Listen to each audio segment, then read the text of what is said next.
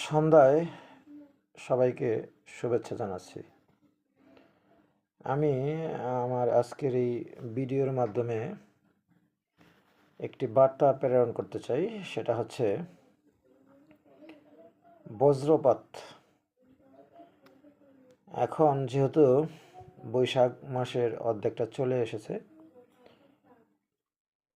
এখন প্রতিনিয়ত বৃষ্টি হবে এবং বৃষ্টির পাশাপাশি বজ্রপাত, এটা আমরা দেখে আসছি বা দেখি।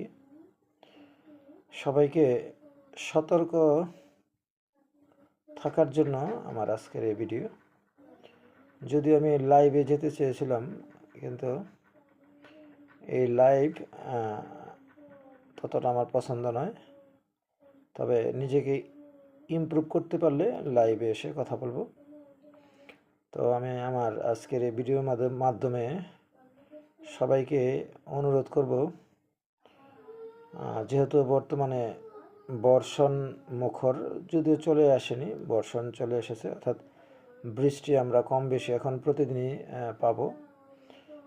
সাথে বজ্রপাত পড়ে, যেহেতু আজকেও পড়েছিল আমাদের এলাকায়। সারা ওয়ার্ল্ডেই একটা নির্দিষ্ট সময়ে বজ্রপাত হয় এবং আমরা জানি বজ্রপাতে বেশ প্রাণহানি ঘটে। প্রতি বছরই কমপক্ষে 150 থেকে 200 লোক এই বজ্রপাতে প্রাণহানি ঘটে। তো সতর্ক থাকলে এই দুর্ঘটনাটি ঘটবে না আমি আশা করি। বিশেষ করে এই বজ্রপাত বা বৃষ্টির পাশাপাশি খুব ভয়ানক বজ্রপাত না হলেও হালকা বজ্রপাত যখন থাকে, তো আমরা যারা সাধারণ মানুষ রয়েছে, যারা খুব সচেতন নই, আমরা কিন্তু এই বজ্রপাতের মধ্যেই বিভিন্ন কর্মে লিপ্ত হয়ে যাই।